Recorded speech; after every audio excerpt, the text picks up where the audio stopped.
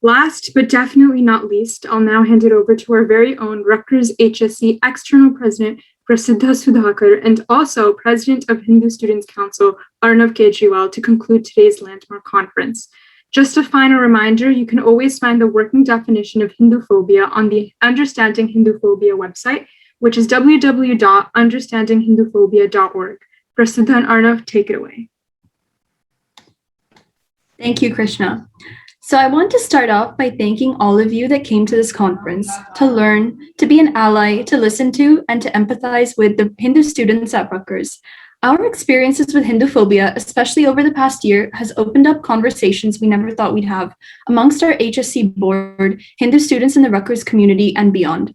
The first step in any community struggle is to be heard, and I truly thank all of you and your time for listening to us. Today, we had the privilege of listening to several brilliant scholars on various forms of Hinduphobia, as well as causes of Hinduphobia that have manifested over time. We heard from academics on the ways in which the era of colonization and occupation by the British and Mughal Empire affected Hindu civilization in ways that still impact the Hindu community today. We saw racist caricatures of overt Hinduphobia in the US over a century ago that poisoned how Americans understood of Hindu culture. This manifests in American textbooks where Hindu concepts are simplified or even explained barbarically to make Hinduism seem dirty and backwards.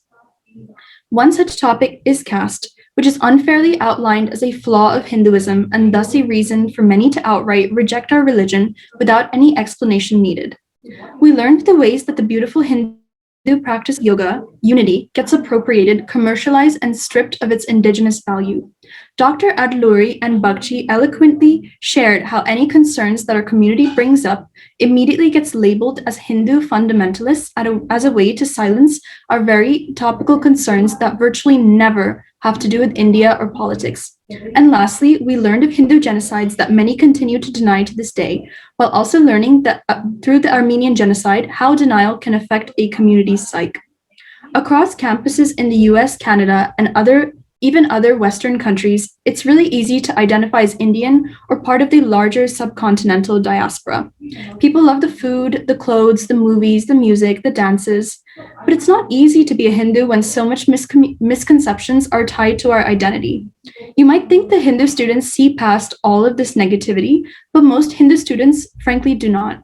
They don't get the chance to explore this rich indigenous heritage in full depth. And a lot of what we experience or learn comes from Western outlets, including academia here at Rutgers. Unfortunately, this is not an isolated problem limited to Rutgers. We heard from other students at other universities dealing with very comparable challenges. Yet students all over the world have reached out in support to let us know that they are concerned about the situation at Rutgers, given how large a presence the Hindu community has here compared to other parts of the Western world. As part of this conference, we, Hindu Students Council at Rutgers, along with co-sponsorship from the Rutgers Student Assembly, have worked to institutionally recognize Hinduphobia as a unique form of hate. Every religious community is unique, and the challenges we face are differences from how the university might recognize bigotry towards other communities. We urge you to recognize that our religious community was colonized for the last millennia or so, and has only escaped this colonization less than 100 years ago. Our indigenous academic and social institutions are still in their infancy, and most academia or social institutions are based on the works produced under a framework of evangelicism and colonialism. A lot of Western academic content on our religion follows the same tropes, whether it's intentional or not, that were put forth during colonial rule. I want to share some examples of Hinduphobia that we have faced on a day-to-day basis, which you might not even realize. Hearing friends talk about going to beer or wine yoga with no knowledge of yoga being originally a Hindu concept, or stripping it from the Hindu roots. Going onto Amazon and seeing our devatas, avatars, manifestations of the divine are used as art on bathroom foot mats. Asking us, what caste are you from? Honestly, it is exhausting. It filters everything through a lens of negativity, and it's so tough to remember the beauty and richness of our traditions that we learned while growing up when we were constantly prodded with negativity, whether out of bigotry or ignorance. As Rutgers students, there have been so many times that we've been gaslit and faced harassment on social media by people who say we're nothing more than Hindu fanatics. We know from interfaith conversations with our Jewish peers that this is exactly what their community faces when legitimate concerns of anti-Semitism are politicized as an attempt to silence them. On another note, we remain committed with standing in solidarity with other communities when they face discrimination. We saw this just a few weeks ago when a Jewish fraternity at Rutgers was egged during a Holocaust memorial event. HSC would like to reiterate our solidarity to the Jewish community during these times. I would also like to give a special thank you to Alex. I actually went to school in London for a few years and had an Armenian friend who told me a lot about the genocide, and just listening to your talk, everything feels so relatable but in different contexts. We look forward to more discussions with other ethnic and religious communities to better understand and support each other. The way to make us feel safe as Hindu students, not just at Rutgers, but on any college campus, is for administrations explicitly and formally to recognize Hinduphobia. As this resolution passed today at Rutgers, let's ensure that it surely is not the last. Thank you. Thanks, Prasiddha. So I think that was as good a conclusion as we can get. And I think, as president of Hindu Students Council nationally, I think it's important to just amplify the words that Prasiddha shared and that all of our speakers shared today. This idea of Hinduphobia on campus is not one that's unique to Rutgers, despite kind of the severity of the need for this conversation at Rutgers. But this is a conversation that students all over North America are having, and even across in the UK, like we saw with Rashmi. But students, Hindu chaplains, even high school students are having these conversations of how do I retain my Hindu identity once I leave the safety of my home, of my mandir? How do I keep that identity with me? And we're seeing that it's very easy, like Prasiddha said, to have a sense of South Asian or Indian culture, but most students are shying away from that sense of Hindu identity because of the baggage that it might hold, whether it's politically or in any of the tropes that we've seen the speakers outline so brilliantly today. And what's unique about HSC as a youth organization is that we've worked with students of all ethnic backgrounds. There have been students that don't come from an Indian background or any kind of South Asian background, but they might come from a Caribbean background or a South American background.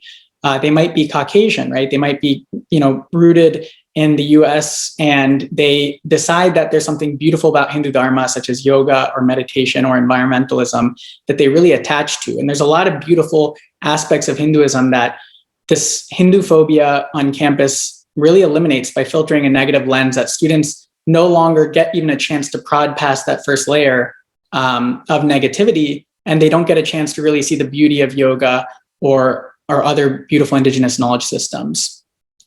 And in high school, we're getting a lot of students, particularly in New Jersey and the Northeast regions, that are reaching out, concerned about what's going on in Rutgers and trying to figure out where they want to go to college next year, unsure about should they stick to certain parts of the country or, should they even consider going to Rutgers. So this is a really timely conversation for Rutgers the administration to start taking seriously. And so with that, I'd like to say thank you to Chancellor Malloy for sharing words earlier today.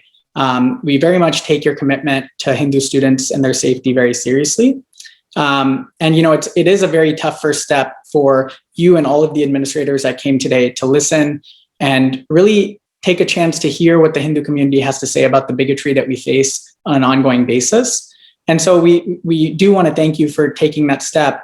And that's first step of empathy and listening, we hope will kind of set the groundwork for us to work together with the Rutgers students and make sure that this progress continues and that we kind of continue to institutionalize and recognize Hinduphobia so that we don't face the challenges like Alex had described of kind of the denial of our experiences. I'd like to thank all the speakers that came. All of the kind of examples you shared of what happens when we talk about Hinduphobia, those aren't just theoretical. As soon as this conference ends, every single speaker that spoke today will be labeled or probably given colonial tropes and gaslighting about their political agendas or whatever it might be. So, for you to come and speak today, standing up for the Rutgers students and all that they've kind of been through is very, very critical for our community. And obviously, it comes at great risk to your own academic career. So I want to thank you from the bottom of my heart for standing with the students to share the difficulties that they go through. Thank you to the community members and all the allies that came in support.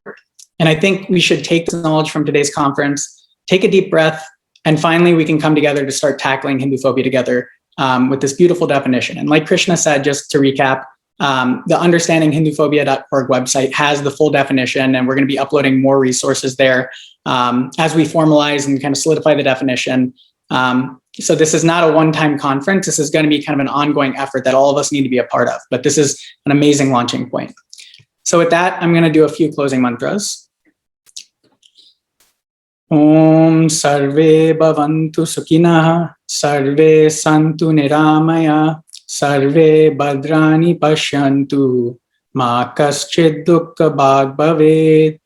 Om Asato Ma Sadgamaya, Tamaso Ma Jyotirgamaya, Mrityor Ma Amritam Gamaya.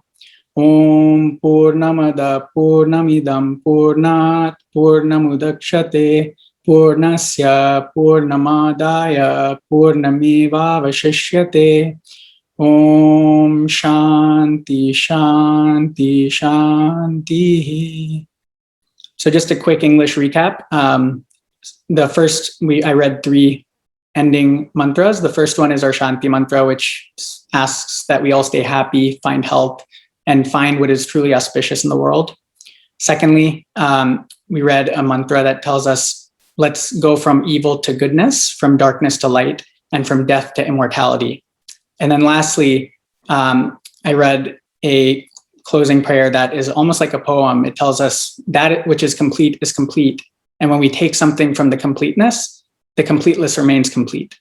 And then we ended with 3 Shantis, which are the phrase for peace. So with that, namaste, everyone. Thank you so much. And look out for more details about how to stay involved with this effort.